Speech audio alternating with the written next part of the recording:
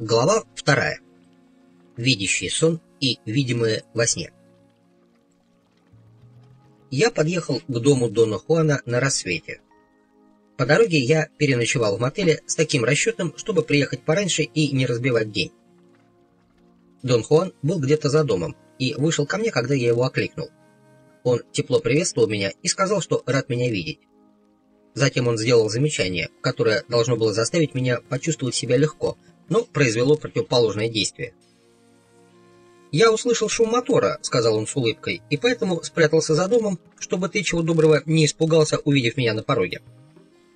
Отметив мой мрачный вид и подавленность, Дон Хуан сказал, что я напоминаю ему Элихио, который достаточно угрюм, чтобы быть хорошим магом, но слишком угрюм, чтобы стать человеком знания. Он добавил, что единственный способ противостоять разрушительному воздействию мира магов — это смеяться над ним. Он не ошибся в оценке моего настроения. Я действительно нервничал и чувствовал себя неважно. Мы отправились побродить по пустыне, и мне понадобилось немало времени, чтобы развеяться. Эта простая прогулка с ним вернула мне душевное равновесие лучше любых разговоров. Мы гуляли долго и вернулись лишь к вечеру. Я основательно проголодался. После еды мы устроились на веранде. День был ясным и солнечным. Я чувствовал себя обновленным и хотел поговорить. «Вот уже несколько месяцев я чувствую себя не в своей тарелке», — сказал я. «Я был очень испуган тем, что вы говорили и делали в мой последний приезд». Дон Хуан ничего не сказал. Он встал и несколько раз прошелся по веранде. «Мне нужно поговорить с тобой», — сказал я. «Я окончательно зашел в тупик и не могу не думать об этом постоянно». «Ты боишься?» — спросил он. Я не боялся. Скорее, я был ошеломлен, перегружен тем, что увидел и услышал. Бреши в моем разуме были такими гигантскими, что я должен был или чинить их, или вообще отбросить свой проклятый рассудок. Мои замечания рассмешили его. «Не выбрасывай пока свой разум», — сказал он. «Еще не время. Хотя это когда-нибудь и произойдет, но я не думаю, что сейчас именно тот случай. Нужно ли мне самому пытаться найти объяснение случившемуся?» «Конечно», — сказал он. «Это твой долг — успокоить ум. Воины выигрывают битвы не потому, что они бьются головами о стены, а потому, что берут их. Воины прыгают через стены, они не преуменьшают их». «Как же мне перепрыгнуть через это?» — спросил я. «Прежде всего, я думаю, смертельно неправильно для тебя относиться ко всему так серьезно», — сказал он, садясь рядом со мной. «Есть 3 рода плохих привычек, которыми мы пользуемся вновь и вновь, сталкиваясь с необычайными жизненными ситуациями. Во-первых, мы можем отрицать очевидное и чувствовать себя при этом так, словно ничего не случилось. Это путь фанатика. Второе, мы можем все принимать за чистую монету, как если бы мы знали, что происходит. Это путь набожного человека. И третье, мы можем приходить в замешательство в связи с событием, когда мы не можем ни искренне отбросить его, ни искренне принять. Это путь дурака. Не твой ли? Есть 4-й, правильный, путь воина. Воин действует так, как если бы никогда ничего не случалось, потому что ни во что не верит. И однако же он все принимает за чистую монету. Он принимает, не принимая, и отбрасывает, не отбрасывая. Он никогда не чувствует себя знающим, и в то же время никогда не чувствует себя так, как если бы ничего не случилось. Он действует так, как будто он в полном контроле, даже если у него, может быть, сердце в пятки ушло. Если действуешь таким образом, то замешательство рассеивается. Мы долгое время молчали. Слова Дона Хуана были для меня подобны бальзаму. «Могу ли я говорить о Доне Хинара и его дубле?» — спросил я. «Это зависит от того, что ты хочешь сказать о нем», — ответил он. «Ты собираешься индульгировать в своем замешательстве?» «Я собираюсь индульгировать в объяснениях», — сказал я.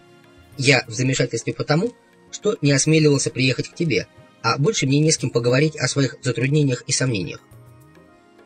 «Разве ты не говоришь со своими друзьями?» «Я-то говорю, но чем они могут мне помочь?» «Никогда не думал, что тебе нужна помощь. Ты должен культивировать чувство, что воин ни в чем не нуждается. Помнишь в чем? У тебя есть все необходимое для этого экстравагантного путешествия, которым является твоя жизнь. Я пытался научить тебя тому, что реальным опытом должен быть сам человек, и все, что для этого нужно, быть живым. Жизнь — это маленькая прогулка, которую мы предпринимаем сейчас. Жизнь сама по себе достаточно сама себя объясняет и заполняет. Понимая это, воин живет соответственно. Поэтому можно смело сказать, что опыт всех опытов – это быть воином. Он выжидающе посмотрел на меня, но я медлил, тщательно подбирая слова. «Если воин нуждается в утешении, — продолжал Дон Хуан, — он просто выбирает любого человека и рассказывает ему о своих трудностях. В конечном счете, воин не ищет ни понимания, ни помощи. Говоря, он просто облегчает свою ношу. Но это при условии, что у воина есть талант к разговору. Если у него нет такого таланта, то он не говорит ни с кем. Но ты живешь не совсем как воин. Во всяком случае, пока что. И провалы, которые ты встречаешь на своем пути, обязательно должны быть для тебя громадными. Я тебе сочувствую». Казалось, он говорил серьезно. Судя по выражению участия в его глазах, это был он сам, а не его дубль. Он встал, погладил меня по голове и прошелся взад-вперед по веранде, поглядывая на чапараль вокруг дома. Его движения встревожили меня. Чтобы расслабиться, я заговорил о своей дилемме. Я чувствовал, что уже абсолютно поздно притворяться простодушным наблюдателем. Под его руководством я научился достигать удивительных состояний, таких как остановка внутреннего диалога и контролирование своих снов. Это были такие вещи, которые нельзя было подстроить или сбросить со счетов.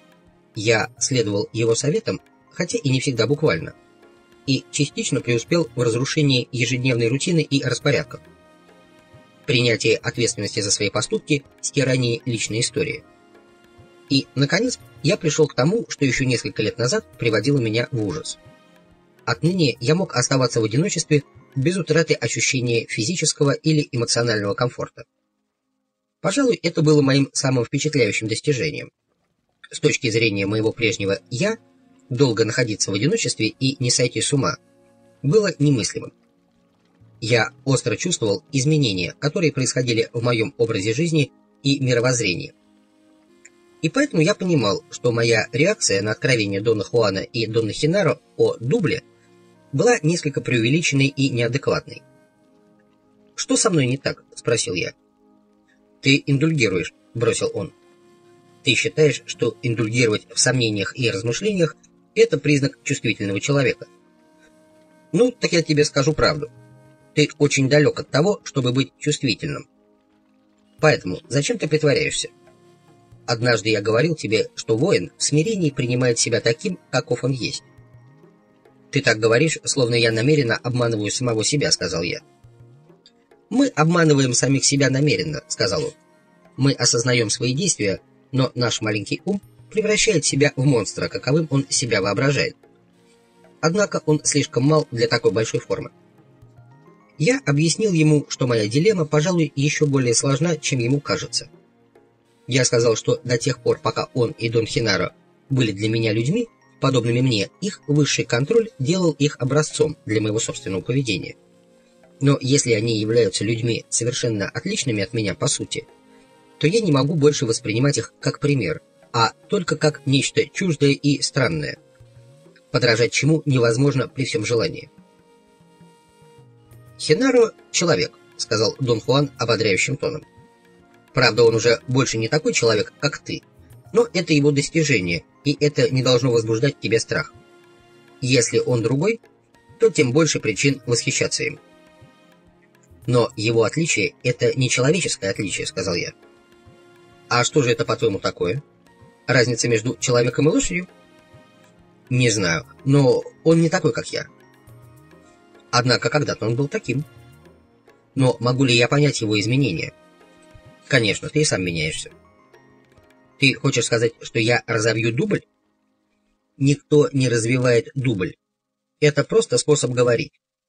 Из-за своей любви к разговорам ты являешься мешком слов. Ты в сетях их значений. Сейчас ты думаешь, что дубль развивают какими-нибудь злыми чарами. Но все мы, светящиеся существа, имеем дубль. Все мы. Воин учится осознавать это только и всего.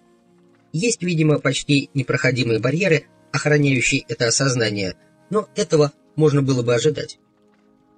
Эти барьеры делают такую задачу уникальной.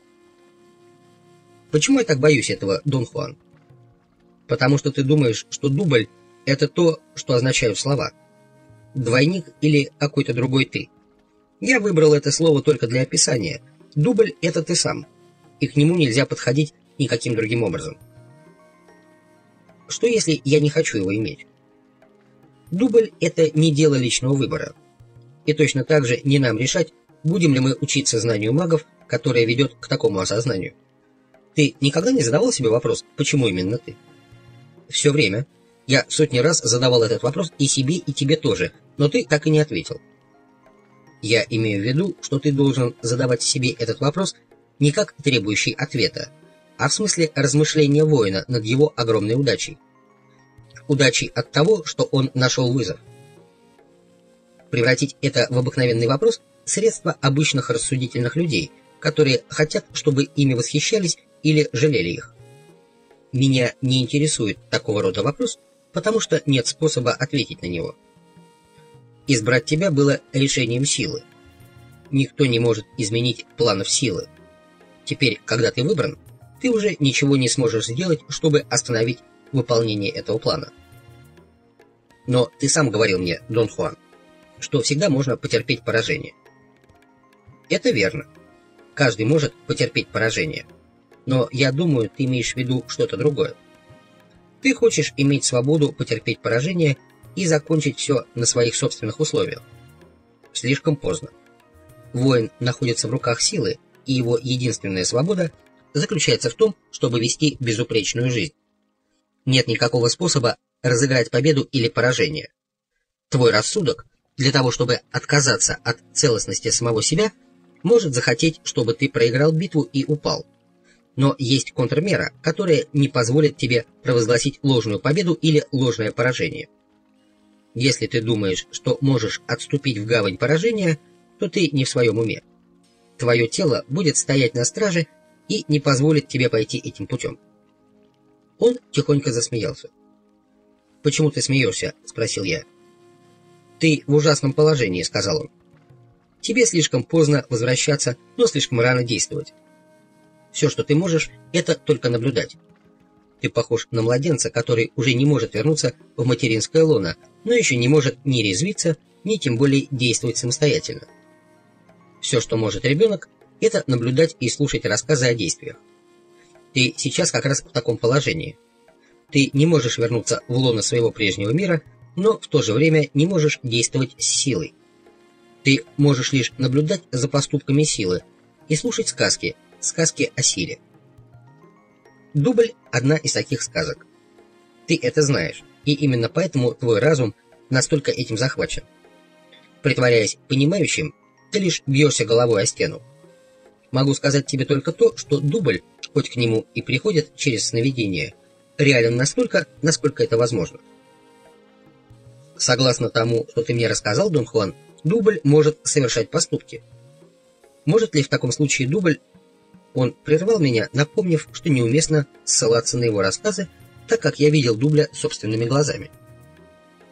«Конечно, дубль может совершать поступки», — сказал я. «Конечно», — ответил он. «Но может ли дубль действовать от самого себя?» «Это он сам, черт возьми». Мне было трудно пояснить свою мысль. Я хотел сказать, что если маг может совершать два поступка одновременно, то его способности к утилитарным действиям удваиваются. Он может работать на двух работах, бывать в двух местах, видеть двух людей и так далее, одновременно. «Позволь мне выразиться так», — продолжал я. «Гипотетически, может ли Дон Хенара убить кого-нибудь за сотни километров от себя, поручив сделать это своему дублю?» Дон Хуан смотрел на меня. Он покачал головой и отвел глаза в сторону. «Ты просто набит сказками о насилии», — сказал он. «Хенаро никого не может убить. Просто потому, что у него больше не осталось заинтересованности в других людях. К тому времени, когда воин способен превзойти видение и сновидение, он осознает свое свечение. В нем не остается подобных интересов. Я указал на то, что в самом начале моего ученичества он заявил, что маг, управляющий своим союзником, может быть перенесен за сотни километров для того, чтобы нанести удар своему врагу. «Да», — протянул он, На сей раз я ответственен за твое замешательство. Я уже говорил тебе, что с тобой я не всегда следую системе, которую предписал мне мой собственный учитель. Он был магом. Мне следовало и тебя толкнуть в тот мир. Я этого не сделал, потому что меня больше не заботят подъемы и падения окружающих меня людей. Однако слова моего учителя запали мне в душу, и я неоднократно разговаривал с тобой, так как он сам говорил со мной. Видишь ли, Хинаро — человек знания, самый чистый из всех. Его поступки безупречны.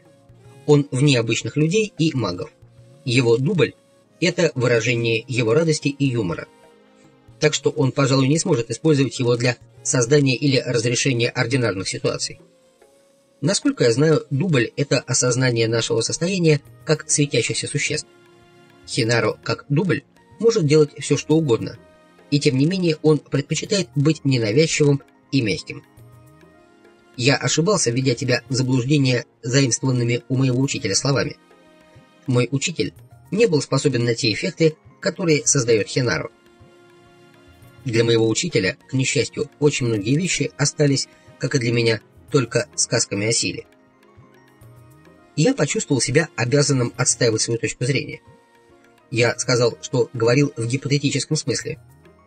Не существует гипотетического смысла, когда ты говоришь о мире людей знания. Человек знания не может причинять вред окружающим людям. Гипотетически или как угодно. Но что если окружающие люди замышляют что-то против его здоровья или безопасности? Может ли он тогда использовать свой дубль для защиты? Он неодобрительно прищелкнул языком. «Что за невероятное насилие в твоих мыслях?» — сказал он. «Никто ничего не может замышлять против безопасности и здоровья человека знания. Он видит, и поэтому всегда сумеет избежать подобных вещей. Хинаро, например, намеренно пошел на риск, встречаясь с тобой. Однако ты не можешь сделать ничего, что угрожало бы его здоровью или безопасности. В противном случае его видение дало бы ему об этом знать. Наконец, если в тебе есть что-либо врожденно вредное для него, и его видение не может до этого добраться, тогда это его судьба, и ни Хинаро, ни кто бы то ни было другой не смогут избежать этого. Так что, как видишь, человек знания все контролирует, не контролируя ничего». Мы помолчали. Солнце почти коснулось верхушек густых высоких кустов с западной стороны дома. До захода солнца еще оставалось около 2 часов. «Почему бы тебе не позвать Хинаро?» — спросил Дон Хуан, как бы невзначай. Мое тело подпрыгнуло. Первым моим побуждением было бросить все и бежать к машине. Дон Хуан расхохотался. Я сказал ему, что не нуждаюсь в том, чтобы доказывать что-либо самому себе, и что я вполне удовлетворен тем, что разговариваю с ним. Дон Хуан никак не мог перестать смеяться. Наконец он сказал, что это позор, что Дон Хинаро не сможет насладиться такой великолепной сценой. «Видишь ли, если тебе не интересно позвать Хинаро, то мне интересно», — сказал он решительным тоном. «Мне нравится его компания». У меня появился ужасно кислый привкус во рту. Лицо покрылось испариной. Я хотел что-нибудь сказать, но сказать мне было в сущности нечего. Дон Хуан бросил на меня долгий изучающий взгляд. «Давай», — сказал он.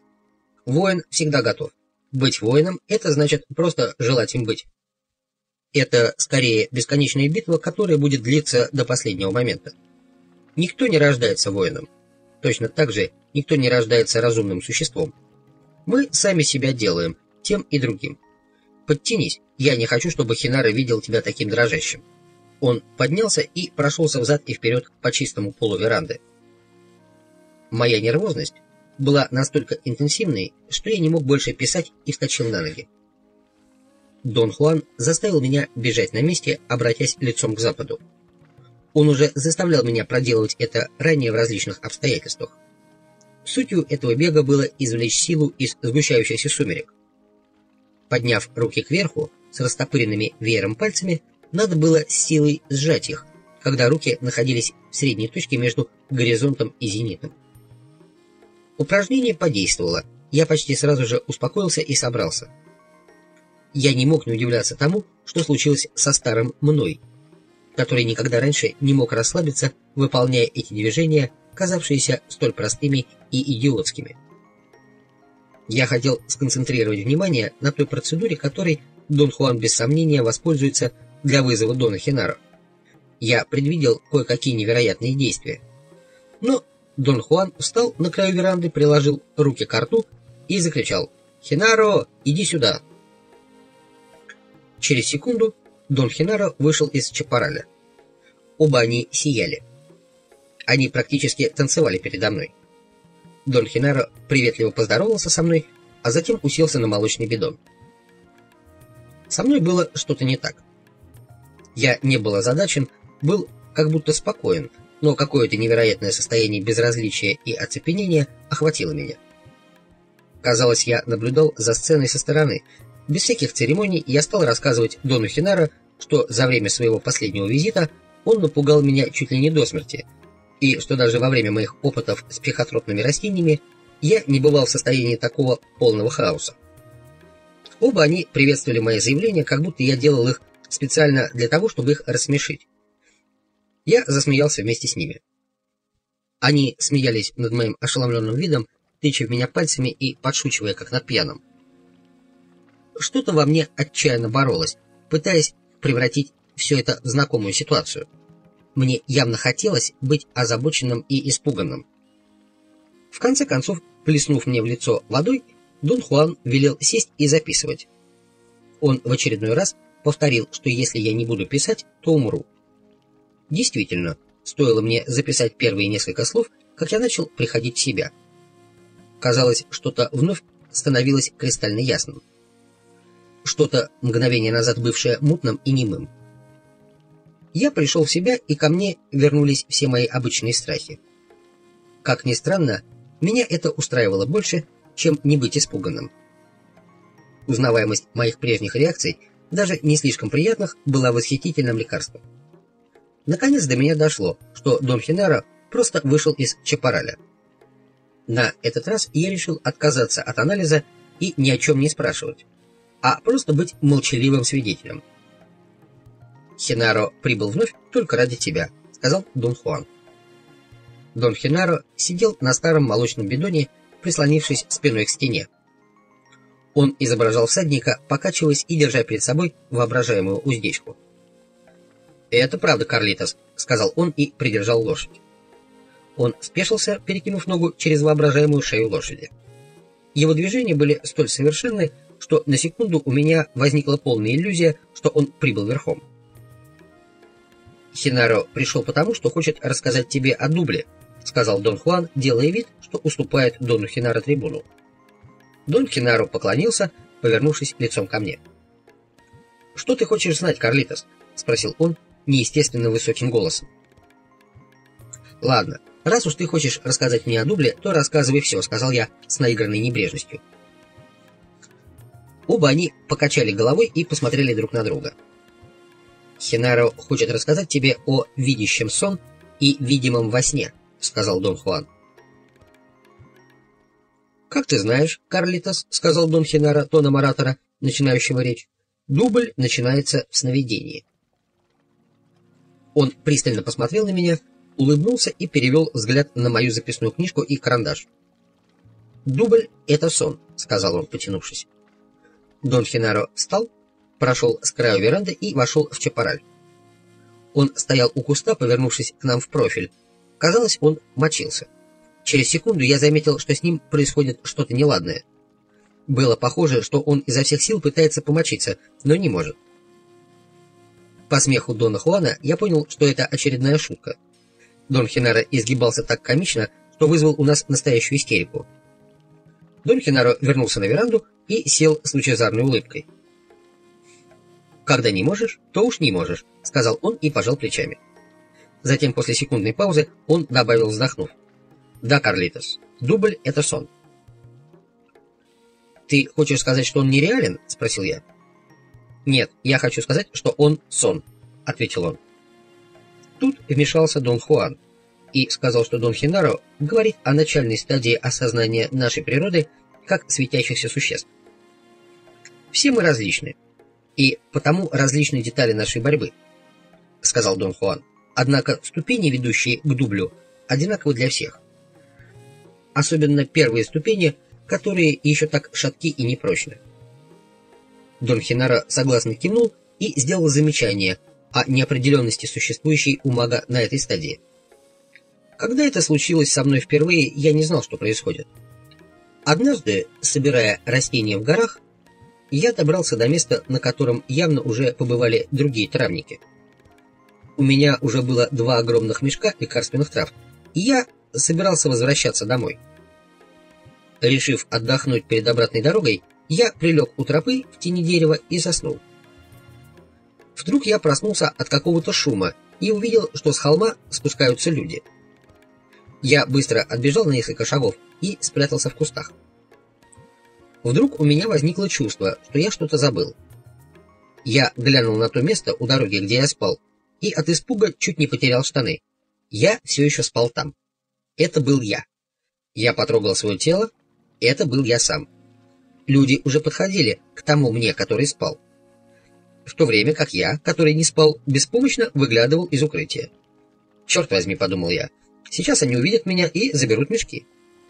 Но они прошли мимо, словно меня там и не было. Мое видение было настолько живым, что я совсем взбесился. Я закричал, и тут проснулся вновь. Черт побери, это был сон. Дон Хенаро замолчал и взглянул на меня, как бы ожидая вопроса или замечания. «Расскажи о том, как ты проснулся во второй раз», — сказал Дон Хуан. Я проснулся на том же месте, где и заснул. Какое-то мгновение я смотрел на себя просыпающегося, а затем что-то дернуло меня к краю дороги, и я очнулся, протирая глаза. Последовала длинная пауза. Я не знал, что сказать. «Что ты сделал потом?» — спросил Дон Хуан. Они засмеялись, и я понял, что Дон Хуан поддразнивает меня. Это была пародия на мою манеру задавать вопросы. Дон Хенаро продолжил. Он сказал, что на секунду застыл, а затем пошел все проверить.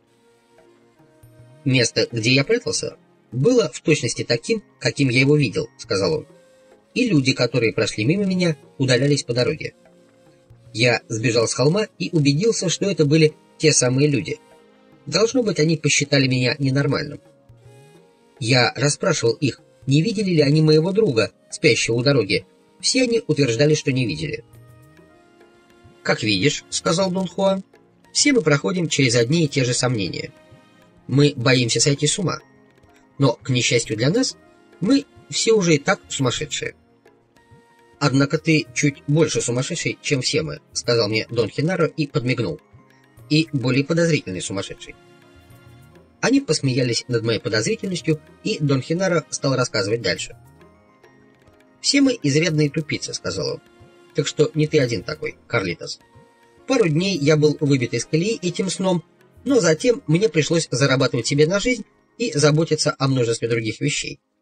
И у меня совершенно не было времени раздумывать над загадкой своих снов. Так что скоро я совсем забыл об этом. Я был очень похож на тебя. Но однажды, несколько месяцев спустя, после ужасно утомительного дня, я заснул после обеда как бревно. Как раз пошел дождь, и течь в крыше разбудила меня. Я вскочил с постели и забрался на крышу дома, чтобы починить ее прежде, чем натечет много воды. Я чувствовал себя таким бодрым и сильным, что закончил работу в 1 минуту, даже не вымокнув. Я подумал, что мой короткий сон подействовал на меня очень хорошо.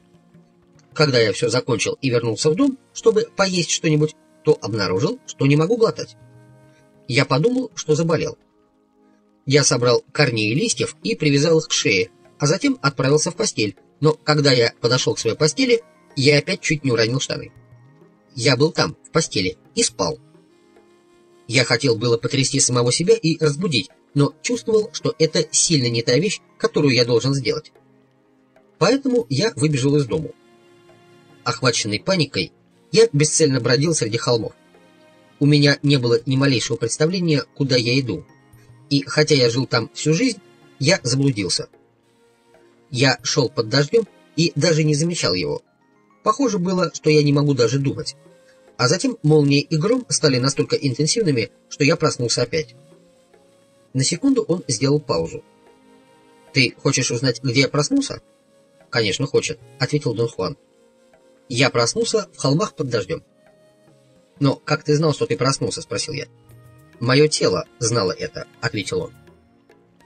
«Это был глупый вопрос», — вставил Дон Хуан. «Ты ведь сам знаешь, что что-то в воине всегда осознает каждое изменение. И целью пути воина как раз и является усиление и поддерживание этого сознания. Воин заботится о нем, очищает и полирует до блеска». Он был прав. Я вынужден был признать, что какая-то часть меня действительно всегда осознает и регистрирует все, что бы я ни делал. Однако же это не имело ничего общего с моим обычным осознанием самого себя. Это было что-то другое, чего я не мог обозначить. Я сказал им, что, возможно, Дон Хенаро сможет описать это лучше меня. «Ты отлично все делаешь сам», — сказал Дон Хенаро. «Это внутренний голос, который говорит тебе, что есть что». И в тот раз он сказал мне, что я проснулся вторично. Проснувшись, я вначале решил, что нахожусь в сновидении. Затем я понял, что это не было настоящим сновидением, хотя и не было обычным сном. Поэтому я остановился на другой версии. Я ходил во сне, полупроснувшись. Может быть, я не мог тогда понять этого иначе. Дон Хенаро сказал, что его бенефактор объяснил ему, что испытанное им совсем не было сном, и он не должен настаивать на том, чтобы рассматривать это как хождение во сне. «Он сказал тебе, что то было?» — спросил я. «Он сказал, что это была бука», — ответил Хенаро голосом маленького ребенка. Я поинтересовался, совпадало ли объяснение бенефактора Дона Хенаро с их собственным объяснением. «Конечно, совпадало», — сказал Дон Хуан. «Мой бенефактор сказал, что тот сон, в котором человек смотрит на себя спящего, — продолжал Дон Хенаро, — является временем дубля. Он рекомендовал мне не растрачивать свою силу на удивление и попытки объяснить происходящее, а быть готовым к действию. Следующий случай произошел в доме моего бенефактора. Дом моего бенефактора был большим. Он был богатым человеком, на него работало много людей. В тот день я помогал ему в работе по дому. Затем я лег отдохнуть и по обыкновению крепко заснул. Его дом определенно был местом силы и помог мне. Внезапно я проснулся от громкого шума. Звук походил на шум от лопаты, которой копают гравий. Я сел, прислушиваясь, а затем поднялся. Звук был очень беспокоящим, и я не мог понять, почему. Я подумал, не пойти ли мне посмотреть, что там такое, и вдруг увидел самого себя спящим на полу. На этот раз, однако, я знал, чего мне ожидать и что делать, и последовал за звуком. Я прошел вглубь дома. Там никого не было. Звук, казалось, доносился извне. Я продолжал следовать за ним. Чем дальше я шел, тем быстрее мог двигаться. В конце концов, я оказался в отдаленном месте, где стал свидетелем невероятных вещей. Он объяснил, что хотя в то время он был начинающим и в области сновидения сделал еще очень мало, но при этом у него с легкостью получалось видеть во сне самого себя спящим. «И куда же ты пришел, Дон Хенаро?» — спросил я. «Тогда я первый раз действительно двигался в сновидении», — сказал он. «Однако я уже знал о нем достаточно, чтобы вести себя правильно. Я ни на что не смотрел прямо и в конце концов оказался в глубоком овраге, где у моего бенефактора росли некоторые из его растений силы». «Так ты думаешь, что в этом случае даже лучше знать о сновидении не слишком много?» — спросил я. «Нет», — вставил Дон Хуан. «У каждого из нас есть способность что-нибудь делать с легкостью. У Хенаро талант к сновидению». «Что ты увидел во враге, Дон Хенаро?» — спросил я. «Я видел, что мой бенефактор выполняет некоторые опасные маневры с людьми. Я думал, что нахожусь здесь, чтобы помочь ему, и спрятался за деревьями. Но вскоре догадался, что это сцена для того, чтобы я наблюдал за ней, а не участвовал». «Где, как и когда ты проснулся?» «Я не знаю, когда я проснулся. Должно быть, прошло несколько часов. Я знаю только, что последовал за моим бенефактором и другими людьми. По пути они громко спорили, и когда вошли в дом, шум их голосов разбудил меня. Я был на том же месте, где видел себя спящим. Проснувшись, я понял, что все, что я видел или делал, не было сном. Я действительно уходил на какое-то расстояние, ведомый звуком. Знал ли твой бенефактор, что ты делаешь? Конечно. Он специально производил этот звук лопатой, чтобы помочь мне выполнить свою задачу. Войдя в дом, он сделал вид, что недоволен тем, что я заснул. Я знал, что он видел меня. Позднее, когда его друзья ушли, он рассказал мне, что заметил мое свечение, скрывающееся за деревьями. Дон Хенеро считал, что эти 3 случая поставили его на тропу сновидения, и добавил, что у него ушло целых 15 лет на то, чтобы дождаться следующего раза. 4-е видение было еще более странным и сложным, сказал он. Я оказался посреди распаханного поля, обнаружив себя спящим на боку в борозде. Я знал, что нахожусь в сновидении, потому что каждую ночь занимался настройкой сновидения. Обычно каждый раз, когда я видел себя спящим, я был на том месте, где заснул. На этот раз я не был у себя в постели, хотя и знал, что вечером уснул там. В этом сновидении был день. Поэтому я начал исследовать. Я отошел от того места, где лежал, и сориентировался.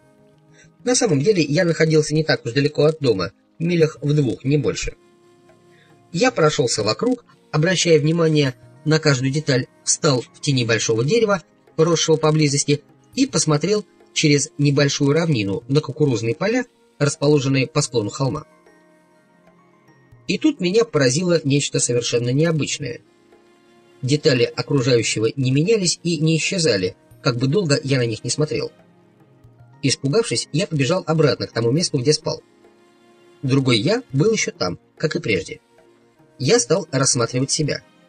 У меня было странное ощущение безразличия по отношению к телу, на которое я смотрел. Затем я услышал, что приближаются люди. Люди, казалось, всегда крутились вокруг меня. Я взбежал на небольшой холм и осторожно посмотрел оттуда. 10 человек приближалось к тому полю, где я находился. Все они были молодыми людьми. Я бегом вернулся к борозде и пережил ужаснейшие моменты в моей жизни, пока смотрел на самого себя, лежащего и храпящего, как свинья. Я знал, что должен разбудить себя, но не имел представления, как это сделать. Я знал также, что смерти подобно для меня разбудить меня самого. Но неизвестно, что будет, если эти юноши найдут меня здесь. Все эти соображения, пронесшиеся у меня в голове, на самом деле не были мыслями. Они скорее были сценами у меня перед глазами. Моя озабоченность была, например, сценой, в которой я смотрел на самого себя, ощущая при этом, как меня лупят кулаками. Я называю это обеспокоенностью. После этого первого раза такое бывало со мной неоднократно. Что же, поскольку я не знал, что предпринять, то стоял, глядя на самого себя в ожидании самого худшего. Калейдоскоп мелькающих картин пронесся у меня перед глазами.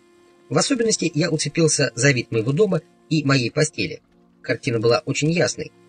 О, как я хотел оказаться опять в своей постели.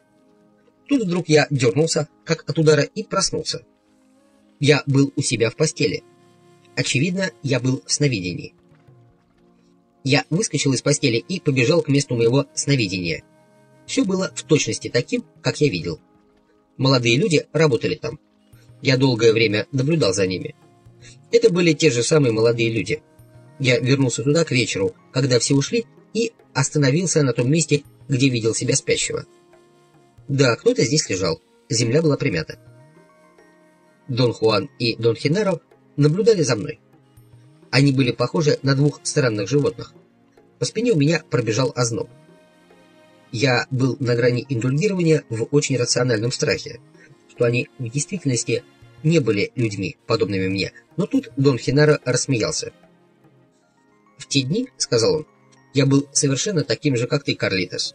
Я хотел все проверить. Я был таким же подозрительным, как ты». Он остановился, поднял палец и погрозил мне, а затем повернулся к Дону Хуану. «Ты не был таким подозрительным, как этот парень?» — спросил он. «Нисколько», — отвечал Дон Хуан. «Он чемпион».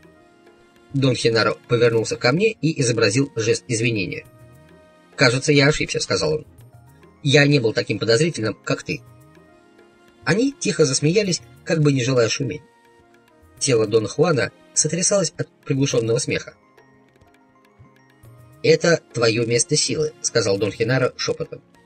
Ты уже списал до костей все пальцы на том месте, где сидишь. Ты когда-нибудь делал здесь какое-нибудь могучее сновидение? Нет, он не делал, сказал Дон Хуан тихим голосом. Но зато он делал могучее писание. Казалось, они не хотели громко смеяться, их тела сотрясались. Тихий смех был похож на ритмическое покашливание. Дон Хенаро выпрямился и подсел ко мне поближе. Он несколько раз похлопал меня по плечу, говоря, что я негодяй, а затем с огромной силой рванул меня за левую руку к себе. Потеряв равновесие, я упал вперед, едва не ударившись лицом о твердый грунт. Я успел лишь выбросить перед собой правую руку и смягчить падение. Кто-то из них схватил меня за шею и прижал к земле. Я не был уверен, кто именно. Державшая меня рука была похожа на руку Дона Хенаро, и я испытал момент опустошительной паники. Я чувствовал, что теряю сознание. Возможно, это и произошло. Давление в животе было настолько интенсивным, что меня вырвало. Следующим ясным ощущением было, что кто-то помогает мне сесть. Я повернулся в поисках Дона Хуана, но его нигде не было видно. Передо мной на корточках с сияющей улыбкой сидел Дон Хенаро. Его глаза блестели. Он пристально смотрел на меня. Я спросил его, что он со мной сделал, и он сказал, что я разбит на части. Судя по его тону, он был то ли недоволен, то ли раздражен мной. Дон Хенаро несколько раз повторил, что я разбит на части и должен собраться вновь. Он попытался разыграть суровый тон, но засмеялся на середине фразы. Он сказал, что это совершенно ужасно. Я рассыпан по всему этому месту, и ему, пожалуй, понадобится метла, чтобы смести все части в одну кучу. Потом он добавил, что какие-нибудь части могут оказаться у меня не на своих местах, и все кончится тем, что мой пенис окажется на месте большого пальца. Здесь он снова засмеялся. Я тоже хотел было засмеяться, но вдруг испытал совершенно необычное ощущение. Мое тело разваливалось. Казалось, я был механической заводной игрушкой, которая попросту рассыпалась на части. У меня не было никаких физических ощущений, и точно так же я не чувствовал ни страха, ни озабоченности. Распадение на части было сценой, которую я наблюдал с точки зрения постороннего, и при этом не испытывал никаких чувств. Дальше я осознал, что Дон Хенаро что-то делает с моим телом. Тут у меня уже были физические ощущения, вибрация, причем настолько интенсивная, что заставила меня потерять из виду все окружающее. Тут я почувствовал, что меня трясут. Передо мной на корточках сидел Дон Хенаро. Он поднял меня и помог мне идти. Я не мог понять, где нахожусь. Мне казалось, что все происходит во сне, но при этом было полное ощущение непрерывности времени. Я остро осознавал, что только что находился вместе с Доном Хенаро на веранде дома Дона Хуана. Дон Хенаро шел рядом, поддерживая меня под левую руку. Я не мог определить природу того, что я наблюдал. То, что находилось перед моими глазами, более походило на чувство или настроение, и центром этих изменений была область в середине живота. Я определил эту связь не как мысль или соображение, но как телесное ощущение, которое внезапно стало фиксированным и подавляющим. Изменения вокруг меня исходили из моего живота. Я создал мир, бесконечный поток ощущений и картин. Тут было все, что я знал. Это само по себе было не мыслью и несознательным заключением, но скорее чувством. И еще с минуту, из-за своей почти неискоренимой привычки все отмечать, я попытался что-нибудь регистрировать, но в определенный момент процесс регистрации исчез. И что-то безымянное обволокло меня со всеми моими чувствами и картинами. Когда в какой-то момент что-то внутри меня опять принялось за регистрацию, я заметил, что одна картина все время повторяется. Дон Хуан и Дон Хенаро, которые пытаются пробраться ко мне. Картина была мимолетной, как если бы я видел ее из окна мчащейся машины. Казалось, они пытались поймать меня, когда я проходил мимо. По мере того, как эта картина возвращалась, она становилась более ясной и длительной. В какой-то момент я понял, что намеренно выделяю ее из бесчисленного множества других картин. Я словно проносился через все остальные видения именно к этой картине. Наконец я смог удержать ее, думая о ней. Как только я начал думать, мои обычные процессы взяли верх. И в конце концов, выделенная мною сцена стала совершенно определенной. Дон Хуан и Дон Хенеро поддерживали меня под мышки на веранде дома Дона Хуана. Я хотел продолжать смотреть на другие картины, но они мне мешали. Секунду я боролся, чувствуя себя легким и счастливым. Оба они мне нравились. Я не боялся и даже хотел пошутить с ними, но не знал как, и продолжал смеяться, похлопывая их по плечам. У меня было и другое любопытное осознание. Я был уверен, что я в сновидении, потому что все, на чем я фокусировал взгляд, немедленно начинало расплываться. Дон Хуан и Дон Хенеро обращались ко мне, но я не мог удержать смысл их слов и не различал, кто именно из них говорит. Дон Хуан развернул меня и указал на какую-то фигуру, лежавшую на земле. Дон Хенеро подтащил меня к ней поближе и заставил обойти вокруг. Это был человек, который лежал на животе, повернув голову вправо. Снова и снова они показывали мне на него и что-то говорили. Они перемещали меня и поворачивали так, чтобы я мог рассмотреть человека с разных сторон. Я никак не мог сфокусировать глаза, но в конце концов успокоился и взглянул на него. Медленно пришло осознание, что человек, лежавший на земле, это я сам. Страха не было. Я просто понял это без всяких эмоций. В тот момент я был на грани между сном и бодрствованием. Я стал лучше понимать Дона Хуана и Дона Хенеро и смог разобраться в их словах. Дон Хуан сказал, что мы пойдем к месту силы, круглой площадке в Чапарале, и перед моими глазами тут же возникла картина этого места. Я увидел темную массу кустов вокруг него. Я повернулся вправо. Дон Хуан и Дон Хенеро тоже были тут. Тело мое вздрогнуло, и я почувствовал, что боюсь их. Они выглядели как две угрожающие тени. Но страх исчез, стоило мне различить их черты. Я снова любил их. Я был как пьяный и не мог ни за что ухватиться. Они схватили меня под руки и стали трясти, приказывая проснуться. Я слышал их голоса ясно и раздельно. Затем произошло нечто уникальное. Я увидел сразу две картины, два сна. Я почувствовал, как что-то, прежде всего глубоко спавшее во мне, пробуждается, и обнаружил себя лежащим на полу веранды, где Дон Хуан и Дон Хенеро трясли меня. Но в то же время я находился на месте силы, и Дон Хуан и Дон Хенеро трясли меня там. В один критический момент я не находился ни там, ни здесь, а был скорее одновременно в двух местах, наблюдая обе сцены.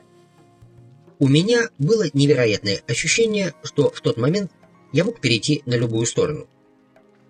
Все, что мне нужно было сделать, это изменить перспективу, и вместо того, чтобы наблюдать сцену извне, почувствовать ее с точки зрения субъекта. Было что-то очень притягательное в доме Дона Хуана, и я предпочел эту сцену. Затем я испытал ужасающий спазм, настолько потрясший меня, что ко мне мгновенно вернулось мое обычное сознание. Дон Хуан и Дон Хенеро ведрами лили на меня воду.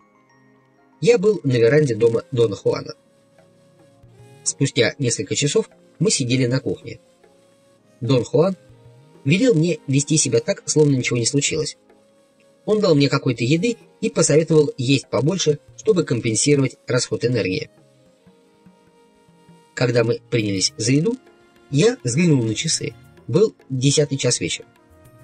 Мой опыт длился несколько часов, но у меня было такое чувство, что я заснул лишь ненадолго.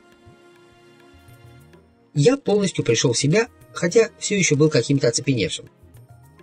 Обычное сознание вернулось ко мне только тогда, когда я начал делать записи. Я был в очередной раз поражен, насколько мгновенно это занятие возвращает мне трезвость.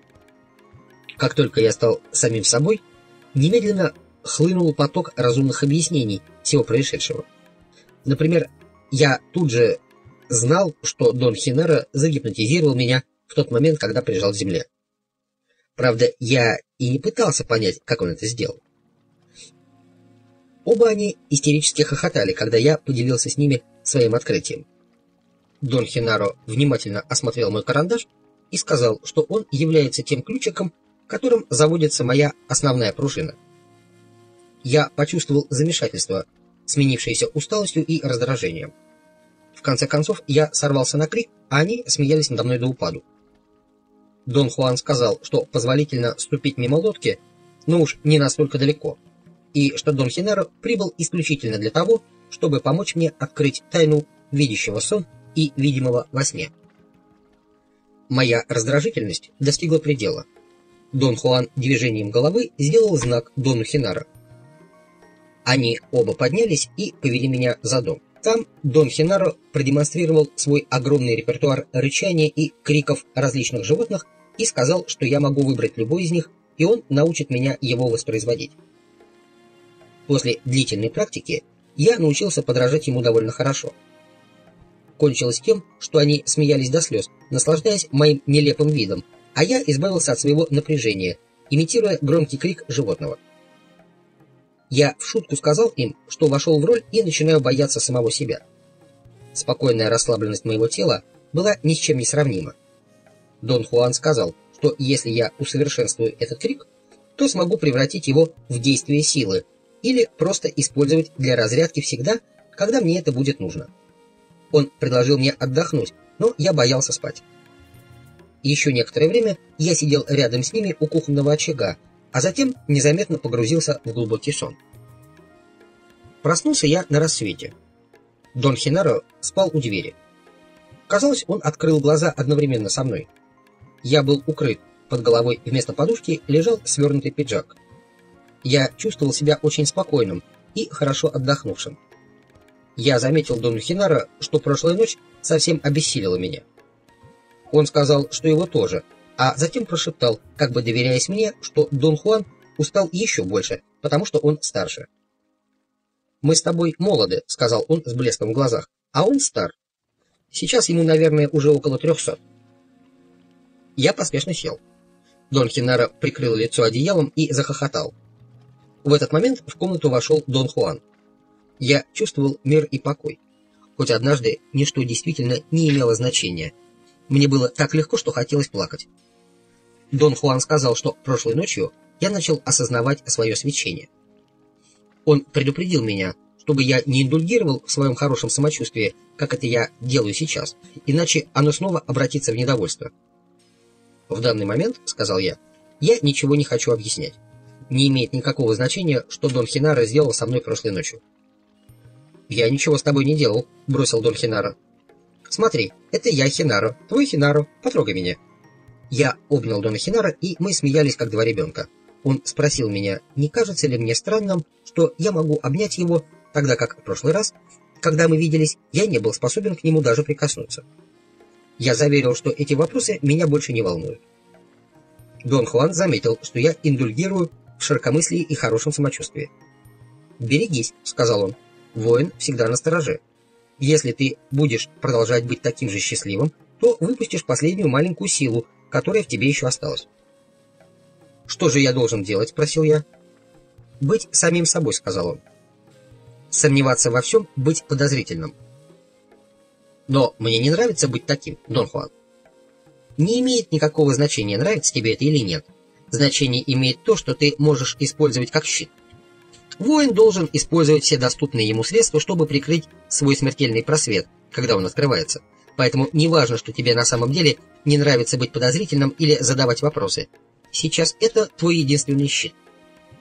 «Пиши, пиши, иначе ты умрешь», — сказал он. «Умереть в восторженном состоянии — не лучший способ умирания». «Тогда как должен умирать воин?» — спросил Дон Хенаро, в совершенстве имитируя мою интонацию. «Воин умирает трудно», — сказал Дон Хуан. «Смерть должна бороться с ним. Воин не отдается ей». Дон Хенаро раскрыл глаза до огромных размеров, а затем мигнул. «То, что Хенаро показал тебе вчера, крайне важно», — продолжил Дон Хуан. «Ты не должен утопить это в слепом доверии. Вчера ты сказал мне, что тебя сводит с ума идея дубля. Но взгляни на себя сейчас. Тебе больше нет до этого дела. В том-то и беда с людьми, которые сходят с ума. Они сходят с ума в обе стороны. Вчера ты весь был вопросом, а сегодня ты весь приятие». Я сказал, что он всегда находит изъян в том, что я делаю, вне зависимости от того, как я это делаю. «Это неправда», — воскликнул он. «В пути воина нет изъянов. Следуй ему, и никто не сможет тебя упрекнуть. Возьми, например, вчерашний день. Путем воина было бы, во-первых, задавать вопросы без страха и подозрений, а затем позволить Хинара открыть тебе тайну видящего сон, вместо того, чтобы сопротивляться ему, опустошая себя. Сегодня путем воина было бы собрать все, чему ты научился, без предвзятости и без восторженности. Делай так, и никто не найдет в этом никаких изъянов». Судя по его тону, я подумал, что Дон Хуан и вправду раздражен моей неуклюжестью, но он улыбнулся мне, а затем расхохотался, как если бы его рассмешили его собственные слова. Я сказал ему, что просто сдерживаюсь, потому что не хочу нагружать их своими вопросами. Я действительно был переполнен впечатлениями от того, что Дон Хинаро сделал со мной. Я был убежден, хотя это больше и не имело значения, что Дон Хинаро ожидал в кустах, пока Дон Хуан не позвал его. Затем позднее он воспользовался моим испугом, чтобы ошеломить меня. После того, как я был прижат к земле, я без сомнения потерял сознание, и тогда Дон Хинаро, должно быть, загипнотизировал меня. Дон Хуан возразил, что я слишком силен, чтобы поддаться так легко. «Что же тогда произошло на самом деле?» — спросил я. «Хинаро пришел навестить тебя, чтобы рассказать тебе нечто исключительное», — сказал он. Когда он вышел из кустов, он был Хинаро-дубль. Есть способ объяснить это понятие, но сейчас я не могу им воспользоваться. Почему, Дон Хуан? Потому что ты еще не готов говорить о целостности самого себя. Пока что я скажу лишь, что сейчас Хинаро не дубль. Он кивнул в сторону Дона Хинаро. Тот пару раз моргнул. Прошлой ночью Хинаро был дублем. А дубль, как я уже говорил тебе, имеет невообразимую силу. Он показал тебе очень важную вещь. Чтобы сделать это, ему пришлось коснуться тебя. Дубль просто коснулся твоей шеи в том месте, где союзник наступил на тебя несколько лет назад. И, естественно, ты выключился как свет. Естественно также, что ты индульгировал как сукин сын. Нам понадобилось несколько часов, чтобы раскрутить тебя. Таким образом, ты рассеял свою силу, и когда пришло время выполнить задачу воина, в твоем мешке ее не было. Что это была за задача, Дон Хуан? Я говорил, что Хинаро пришел показать тебе нечто, тайну светящихся существ, как видящих сны. Ты хотел узнать о дубле. Он начинается в снах. Но затем ты спросил, что такое дубль. Я сказал, что дубль — это ты сам. Человек сам видит во сне дубль. Это должно быть простым, разве что нет ничего простого относительно нас. Может быть, обычные сны для тебя очень просты, но это не значит, что сам ты прост. Когда ты научишься видеть во сне дубль, то прибудешь на этот колдовской перекресток, и настанет момент, когда ты осознаешь, что дубль видит во сне себя самого. Я тщательно записал все, что он сказал, но мало что понял. Дон Хуан повторил свою формулировку. Урок прошлой ночи, как я сказал тебе, был о видящем сон и видимом во сне, или о том, кто кого видит во сне. «Извини, я не понял», — сказал я. Оба они покатились со смеху.